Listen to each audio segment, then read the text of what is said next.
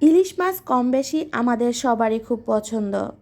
আর এই মাছটা কাটতে যেমন সহজ, রান্নাটাও খুবই সহজ।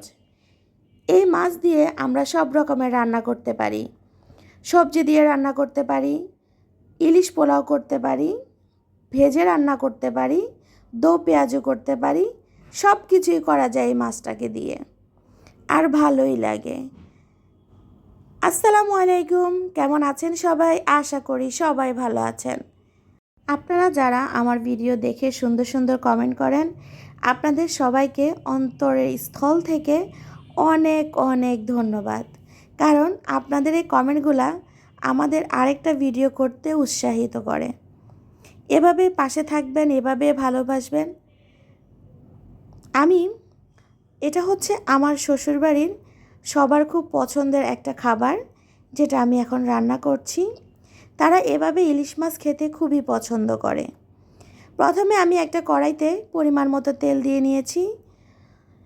তারপর পেঁয়াজ কুচি আর কাঁচামরিচ কুচিটা দিয়ে দিয়েছি। এখানে একটু পেঁয়াজটা বেশি দিতে হবে। আর আমি রসুন বাটা কিন্তু দিয়েছি, আদা বাটাটা দেইনি, কারণ আদা বাটাটা এখানে লাগবে না। তারপর এক এক করে আমি শুকনো মশলাগুলো দিয়ে দিচ্ছি, যেমন হলুদের গুঁড়া, মরিচের গুঁড়া, ধনিয়ার গুঁড়া, জিরার গুঁড়া। এই মশলাগুলো দিয়ে আপনি একটু পানি দিয়ে মশলাটাকে ভালোভাবে কষিয়ে নিতে হবে, কারণ পানি না দিলে মশলাটা কড়াইতে লেগে যাবে আর আপনার খাবারের স্বাদটা নষ্ট হয়ে যাবে। তাই একটু পানি দিতে হবে যাতে মশলাটা ভালোভাবে কষে। আমি মশলাটাকে ভালোভাবে কষিয়ে নেব। আমার শ্বশুরবাড়িতে সবাই এভাবেই ইলিশ মাছটা খেতে বেশি পছন্দ করে। সবভাবে খায়, কিন্তু এভাবে খেতে একটু বেশি পছন্দ করে। তাই আমার হাজব্যান্ড এই খাবারটা অনেক বেশি পছন্দ করে। তাই আমি সবসময় এভাবে রান্না করে দেওয়ার চেষ্টা করি। এই মানুষটাকে খুশি করাতে পারলে আপনার সংসারটা এমনিতেই খুশি হয়ে যাবে, একটা সুখের স্বর্গ মনে হবে। আপনারা দেখে বুঝতে পারছেন কিন্তু ইলিশ মাছটা কতটা ফ্রেশ এবং তাজা। আমার কাটতেও এতটুকু কষ্ট হয়নি, আর রান্না করার কথা তো নাই বা বলি। এত ভালো হয়েছে, খেতে এত মজা হয়েছে, আলহামদুলিল্লাহ। আমি এপিঠ যখন 2 মিনিট রেখেছি, এখন আবার এপিঠ উল্টিয়ে দেব।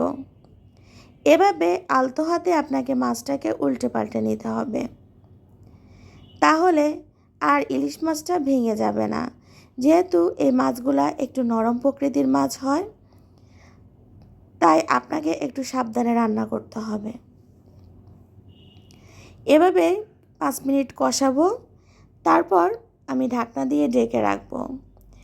আবার 5 মিনিট রান্না করার পরে আমি কিন্তু অল্প করে পানি দিয়ে দিব, কারণ আমার কিন্তু অর্ধেকটা মাছ কষানো হয়ে গেছে।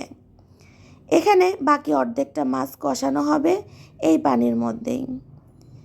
আর আমি খুব মাখো মাখো একটা ঝোল রেখেই অফ করে দিব চুলাটা, কারণ ইলিশ মাছ অত বেশি রান্না করতে হয় না, খুব অল্প সময়ে রান্না হয়ে যায়।